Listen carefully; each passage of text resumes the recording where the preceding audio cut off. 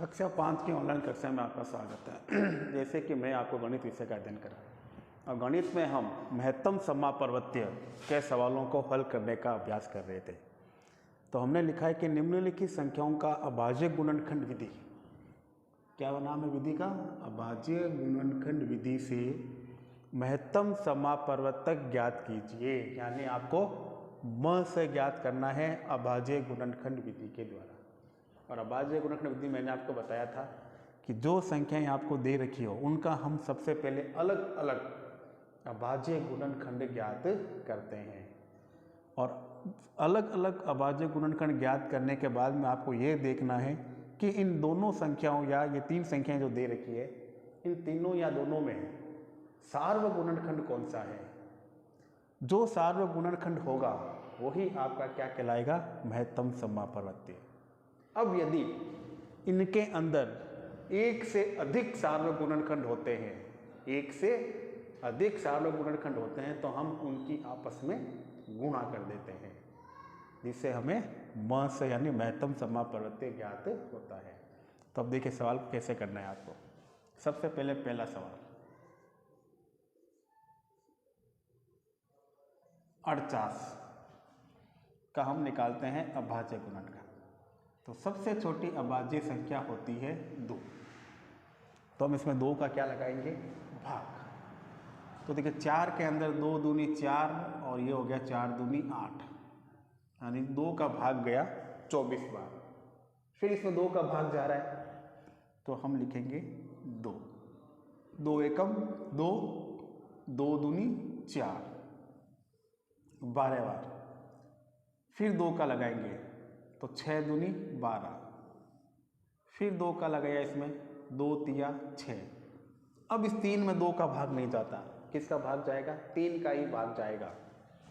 तो यहाँ लिखा मैंने 3, 3 एकम 3, यानी जब तक नीचे एक शेष नहीं आ जाता तब तक ये प्रक्रिया निरंतर चलती रहती है। फिर 56। अब 56 में उसी प्रकार से पीछे इक्का अंक 6, तो 2 का भाग पूरा पूरा जाएगा। आप सीधा भाग नहीं लगा सकते तो आप रफ के अंदर भाग लगा के देख लीजिए। 56 में 2 का भाग, सबसे पहले 2 दूनी 4, 1 बच गया 6 उतरा, 2 अट्ठे 16, यानी 28 बार गया। फिर 2 का लगाएंगे तो 2 एकम 2, 2 चौके 8। फिर 2 का लगाएंगे, 2 सते 14 और 7 अपने समय की पारी से। यानी इस प्रकार से आपको पहले दी गई संख्याओं का अलग अलग अभाज्य गुणनखंड ज्ञात करना है। अब हम देखेंगे इनके अंदर सार्वगुणनखंड। तो सबसे पहले 48 का अभाज्य गुणनखंड देखिए 2 कितने बार आया हुआ है? 4 बार। तो 2 इंटू 2 इंटू 2 इंटू 2 और फिर इंटू 3। फिर 56 के अभाज्य गुणनखंड 2 इंटू 2 इंटू 2, अब इंटू 1 नहीं है, 3 भी नहीं है, फिर इंटू 7, 2 जगह खाली रह जाए वह डैश कर दीजिए। अब आपको ये देखना है कि दोनों अलग अलग संख्याओं के अभाज्य गुणनखंडों में सार्वगुणनखंड कौन सा है। हाँ, दोनों में। तो देखिए पहले सार्वगुणनखंड है 2, दूसरा सार्वगुणनखंड भी है 2 और तीसरा सार्वगुणनखंड भी है 2। हो गया। अब जैसे मैंने बताया आपको कि अगर संख्याओं में एक से अधिक सार्वगुणनखंड होते हैं तो हम उनकी आपस में गुणा कर देते हैं। तो इसमें देखिए 1, 2, 3 सार्वगुणनखंड है तो हम करेंगे 48 और 56 का मस। तो 2 कितने बार है? 3 बार। 2 इंटू 2 इंटू 2।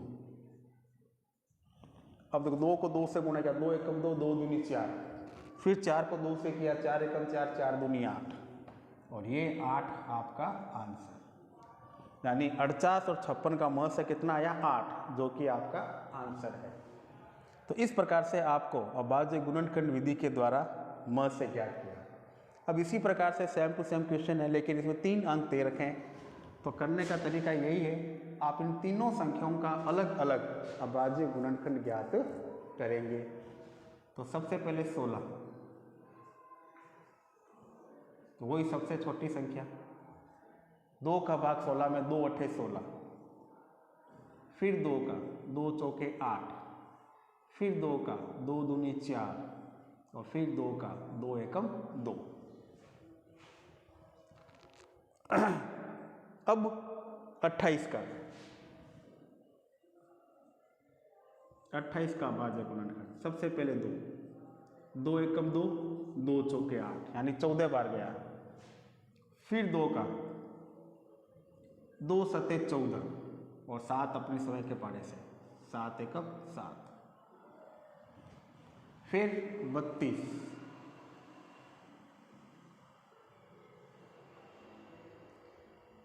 2 का भाग, अब देखो 32 में 2 का भाग लगाए हम, तो सबसे पहले 2 एकम 2, एक बार, एक उतारा नीचे, 6 दूनी 12 यानी 16 बार।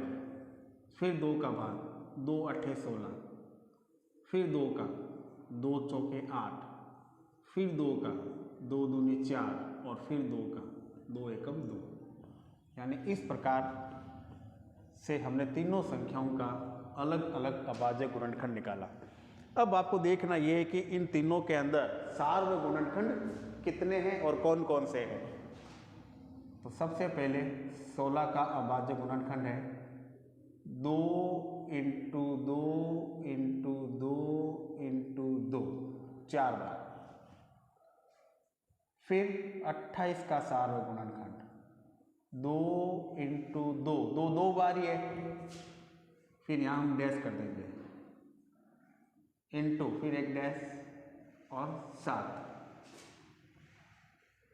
फिर 32 के अभाज्य गुणनखंड 2 कितनी बार है, देखिए 1 2 3 4 5, तो 2 इंटू 2 इंटू 2 इंटू 2 इंटू 2, 7 नहीं है डैश, ऊपर भी 2 जगह डैश। अब हमें इसके सार्व गुणनखंड, तीनों का सार्व गुणनखंड है पहला 2, दूसरा सार्व गुणनखंड भी कितना है 2 बस, और कोई भी पीछे एक भी सार्व गुणनखंड नहीं है। तो इसमें एक से ज़्यादा है, 2 सार्व गुणनखंड है, तो हम दोनों के आपस में क्या कर देंगे, गुणा कर देंगे।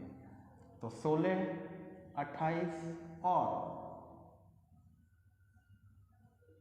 32 का महस, तो 2 सार्व गुणनखंड है, दोनों को लिख दिया हमने 2 इंटू 2 और गुणा किया तो 2 चौके 8 और ये आपका आंसर। तो इस प्रकार से आपको इन संख्याओं का अभाज्य गुणनखंड विधि के द्वारा महस ज्ञात करना है। अब आपकी पाठ्य पुस्तकों में इसी प्रकार के बहुत से क्वेश्चन दे रखे हैं, आप स्वयं उन्हें हल करने का अभ्यास कीजिए। धन्यवाद।